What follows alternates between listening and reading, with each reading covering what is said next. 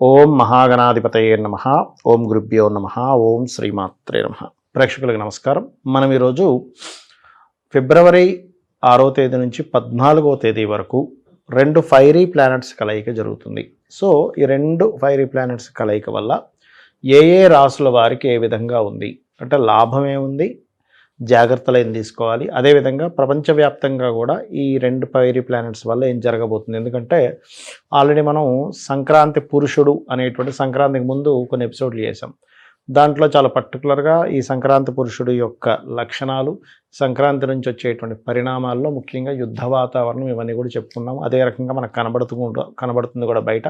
So దీనికి జాగ్రత్తలు ఏం తీసుకోవాలి, ఏ విషయాల్లో కలిసి వస్తుంది, ఇవన్నీ కూడా మనం ఒక్కొక్క రాశిపరంగా మనం తెలుసుకుందాం. ఇక ఈ వీడియోలో మేషము, వృషభము, మిథునము ఈ 3 రాసుల వారికి ఏ విషయంలో అద్భుతంగా ఉంది, మరియు ఏ విషయాల పట్ల జాగ్రత్తగా ఉండాలి తీసుకుందాం. ముందుగా మేషరాశి వారికి చూసుకున్నట్లయితే మీరు వ్యాపార లాభాలకు సంబంధించిన విషయంలోని మరియు ఏదైనా అగ్రిమెంట్స్ చేసుకునేటువంటి విషయాల్లోని చాలా జాగ్రత్తగా ఉండాలి. మరియు ఉద్యోగం విషయంలో హైపు ఉంటుంది, స్ట్రెస్ కూడా ఉంటుంది. అది మరి మేషరాశి వారికి ఏ విషయంలో బాగుంది అని చెప్పి చూసుకున్నట్లయితే మీకు బాగున్నటువంటి అంశము దూర ప్రాంతాలకు వెళ్ళి ఏదైనా చూడండి, ఒక్కోసారి మనకి ఉద్యోగం చేయడానికి కావచ్చు, హైయర్ ఎడ్యుకేషన్ కోసం కావచ్చు, వీటికి చాలా బాగుంది చెప్పాలంటే. హైయర్ ఎడ్యుకేషన్ చేయడానికి బ్యాంకింగ్ సంబంధించిన విషయాల్లో వారి నుంచి సపోర్టు, తండ్రి యొక్క సపోర్టు, గురువుల యొక్క సపోర్టు ఈ పర్టికులర్ 2 గ్రహాల కలయిక ద్వారా బాగుంటుంది. ఇక మీరు చేయవలసిన దేవతారాధన ఏమిటి అంటే సూర్య భగవాను చూస్తూ స్కందుని ఆరాధించండి. ఇక వృషభం వారికి కనుక చూసుకుంటే కనుక మీకు ఈ కాంబినేషన్ ఎటువంటి రిజల్ట్స్ ఇవ్వబోతుంది అని చెప్పి చూసుకున్నట్లయితే మీకు జాగ్రత్త ఫస్ట్ చెప్తాను, దాని తర్వాత ఇబ్బందికరమైన వాతావరణం ఏంటో చెప్తాను. ముందుగా జాగ్రత్త కనుక చూసుకుంటే వృషభ రాశి వారికి మనీ విషయంలో కుటుంబం లేదా బంధువర్గాలతో మనీ ట్రాన్సాక్షన్స్ చేసేటప్పుడు కొంత జాగ్రత్తగా ఉండండి. వృత్తి విషయంలో అంటే జాబ్ సంబంధించిన విషయంలో మార్పులు చూపిస్తున్నాయి. మరి మంచి ఏమిటి అంటే చూడండి, ఒక్కోసారి మనం ఇన్సూరెన్సెస్ కడుతూ ఉంటాం. ఇన్సూరెన్సెస్ ద్వారా మీకు ఇక్కడ లబ్ధి ఉంటుంది, పాయింట్ నెంబర్ 1. రెండవది యాన్సిస్టర్స్ ప్రాపర్టీస్ మూలంగా అంటే తాతగారు ఆస్తి సంబంధించిన వాటి వల్ల లాభం కలగడము. మరియు అదేవిధంగా ఏదైనా రీసెర్చెస్ చేయడం జరుగుతూ ఉంటాయి. అంటే పలానా రీసెర్చ్ చేశాను, నాకు సక్సెస్ అయింది, పిహెచ్డి చేశాను, ఇట్లాంటివి అంటూ ఉంటాం. అటువంటి వాటి మూలంగా లాభం ఉంటుంది మీకు. ఒకటి ప్రాపర్టీ, రెండవది ఇట్లాంటి విషయాల్లో. ఇక మీరు చేయవలసిన దేవతారాధన విష్ణు సహస్రనామాలు ఎక్కువగా చేయండి. సూర్య భగవాను చూస్తూ విష్ణు సహస్రనామాలు చేయండి, మరింత బాగుంటుంది.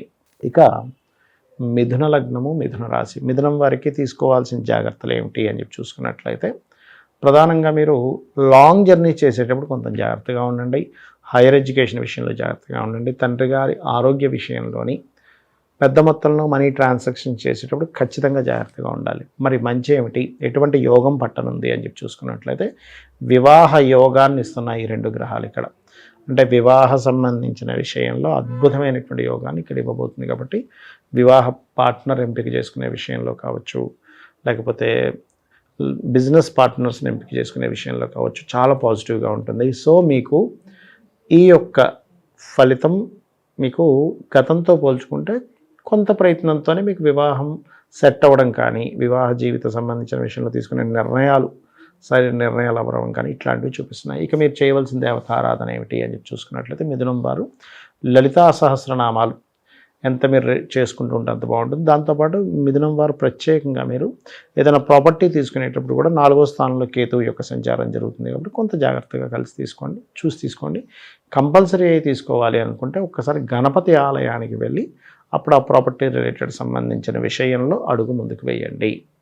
సో ఈ 2 గ్రహాల కలయిక వల్ల ప్రపంచవ్యాప్తంగా ఎటువంటి ఫలితాలు వస్తాయి అంటే మనం ఆల్రెడీ సంక్రాంతి పురుషుడు అనేటువంటి ఏదైతే సంక్రాంతి చెప్పుకున్నాం అందులో చాలా స్పష్టంగా చెప్పడం జరిగింది. యుద్ధ వాతావరణాలు, కొంచెం రాజుల మధ్యన విభేదాలు, రాజులు మారడము, యుద్ధాలు జరగడము ఇట్లాంటివి జరుగుతాయని మనకు ఆల్రెడీ అది కనిపిస్తుంది.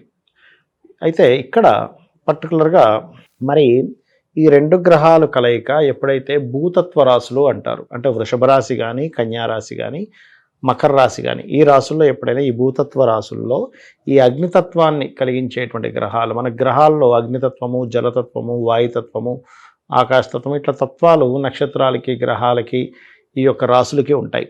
ఉన్నప్పుడు ఏమవుద్దంటే ఇది కొంచెం మరలా మొన్న చైనా మన దేశాల్లో ఎలా అయితే కొద్దిగా భూకంపాలు వచ్చాయి, అటువంటి భూకంపాలు జపాన్లో వచ్చినటువంటి భూకంపాలు లాంటివి కొంచెం మళ్ళీ భూకంప ప్రభావం కనబడుతుంది ఇప్పుడు. కాబట్టి ఈ భూకంప దేశాల్లో నివసించేవారు కొంచెం అలర్ట్గా ఉండాలి ఒకటి. రెండవది ఏమిటి అంటే ఇది కొంతవరకు యుద్ధ సంకేతాలను ఇస్తుందనేటువంటిది మనం తెలుసుకున్నాము. మరి దీనికి కొంతమందికి చూడండి, ఇప్పుడు మనం చెప్పుకున్నాం మీది పలానా రాశి అయితే ఇది చేసుకోండి అని. మరి కొంతమందికి అసలు రాశి, నక్షత్రము, లగ్నం ఏమీ తెలియదు. మనం ఏమేం చేసుకోవాలి, ఏ విషయాల్లో జాగ్రత్తగా ఉండాలి, ఒకవేళ రాశి నక్షత్రం ఏమీ తెలియదు అనుకుంటే కనుక ముఖ్యంగా మీరు ఈ కాంబినేషన్ ఉన్నందుకు ఈ ఫిబ్రవరి 6 నుంచి 14వ తేదీ వరకు, దాని తర్వాత రవెల్లి శనిని కలుస్తున్నాడు, దాని రిజల్ట్స్ వేరు. బట్ ఈ పర్టికులర్ కాంబినేషన్లో ఫిబ్రవరి మాసంలో ముఖ్యంగా మీరు చేసుకోవాల్సింది ఏమిటి అంటే మీరు తీసుకోవాల్సిన ముఖ్యమైన జాగ్రత్తలు అగ్రిమెంట్స్ రాసుకునేటప్పుడు ఒకటి, మీరు చేస్తున్నటువంటి జాబ్ అండ్ బిజినెస్ సంబంధించిన అంశాల్లోని ముఖ్యంగా జాగ్రత్త వహించండి.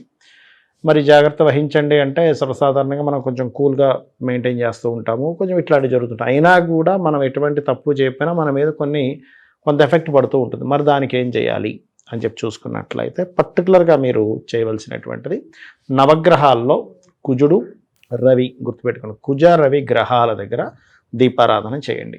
దీపారాధన కనుక చేసినట్లయితే ఏమవుతుందంటే మీకు మెయిన్గా ఈ నవగ్రహాల్లో కుజర విగ్రహాల దగ్గర మరియు శని గ్రహం దగ్గర దీపారాధన చేసినట్లయితే మీకు రావాల్సిన ఎఫెక్ట్ ఏదైతే ఉంటుందో ఒక 100% ఎఫెక్ట్ అనుకుంటే అది ఓన్లీ ఒక 20% 10% మాత్రమే ఎఫెక్ట్ ఉంటుంది. ఈ గ్రహాల దగ్గర దీపారాధన చేసి మీకు దగ్గరలో ఆలయంలో ఉన్నటువంటి రావి చెట్టు ఉంటుంది, రావి చెట్టు చుట్టూ ప్రదక్షిణాలు చేసుకోవడము, వాటి చుట్టూ ప్రతిష్ఠ చేసినవి ఉంటాయి, సర్ప ప్రతిష్ఠ చేసినవి ఉంటాయి. ఆ ప్రతిష్ఠ చేసినటువంటి వాటి మీద పసుపు, కుంకుమ, గంధం కలిపినటువంటి నీటిని అభిషేకం చేయడము, ఇవి గనక చేసినట్లయితే ఖచ్చితంగా మీరు ఇబ్బంది పడవలసిన సందర్భాలు ఏవైతే ఉంటాయో జాబ్ పరంగా కానీ, అగ్రిమెంట్స్ పరంగా కానీ, లేకపోతే ఏదైనా మిస్కమ్యూనికేషన్స్ అవ్వడం వల్ల కానీ, చేసే వ్యాపారాల్లో ఇబ్బంది పడకుండా ఉండడం కానీ, ఇవన్నీ కూడా మీకు ఇబ్బంది పడకుండా బయటపడడం జరుగుతుంది. అయితే ఇక్కడ ఒక విషయం గుర్తుపెట్టుకోండి, అందులో పర్టికులర్గా ఏ రాశి వారైనా మంగళవారము, ఆదివారము అగ్రిమెంట్స్ అనేవి చేయకండి.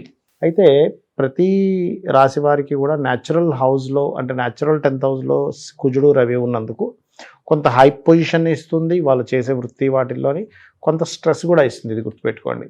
అయితే అందరూ కూడా నిత్యము చేయవలసిన దేవతారాధన సూర్య భగవానుడిని చూస్తూ సుబ్రహ్మణ్యేశ్వర స్వామి యొక్క ఆరాధన చేయడము, లేదా సూర్యుడిని చూస్తూ ఒక 10 నిమిషాలు కానీ 15-20 నిమిషాలు మీరు ఎంతసేపు నిలబడగలిగితే అంతసేపు సూర్య భగవానుడిని చూస్తూ ఓం స్కందాయ నమః అనే మంత్ర సాధన చేయండి. ఇలా చేసినట్లయితే ఒక్కొక్కసారి చూడండి, మనకి ఎడ్జ్లో ఉందండి, నాకు ఇక్కడ కొంచెం కష్టపడితే ప్రమోషన్ వచ్చేస్తుంది, కొంచెం ఫేవర్గా ఉంటే ప్రమోషన్ వస్తుంది, నాకు గుర్తింపు రాబోతుంది అని అనుకుంటూ ఉంటాం. కానీ కొన్ని సందర్భాల్లో అక్కడ దాకా వచ్చి వెనక్కి వెళ్తూ ఉంటాయి. అలా ఎడ్జ్ దాకా వచ్చి వెనక్కి వెళ్ళకుండా ఆ యొక్క సిచ్యువేషన్ ఏదైతే ఉందో మీకు పాజిటివ్గా ముందుకు వెళ్ళడం జరుగుతుంది. ఇది బాగా గుర్తుపెట్టుకోండి.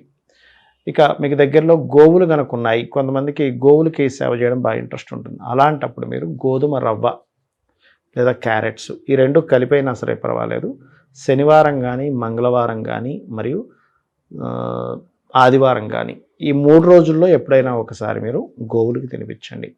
ఇలా చేసినట్లయితే ఏమవుతుందంటే మీ జాతకం ఎలా ఉన్నా, అంటే మీకు ఏ మహాదశ నడుస్తున్నా, అంతర్దశ నడుస్తున్నా, ఎటువంటి సర్పదోషాలున్నా, ఏమున్నా కూడా ఈ పరిహార మార్గం అనేటువంటిది మీకు బ్రహ్మాండంగా పనిచేసి మీరు వృత్తి, వ్యాపార, కమ్యూనికేషన్, బంధువర్గాల సంబంధించిన విషయంలో అనవసరమైన గొడవలు, అనవసరమైన స్ట్రెస్ రాకుండా ఉంటుంది. శ్రీమాత్రే నమః.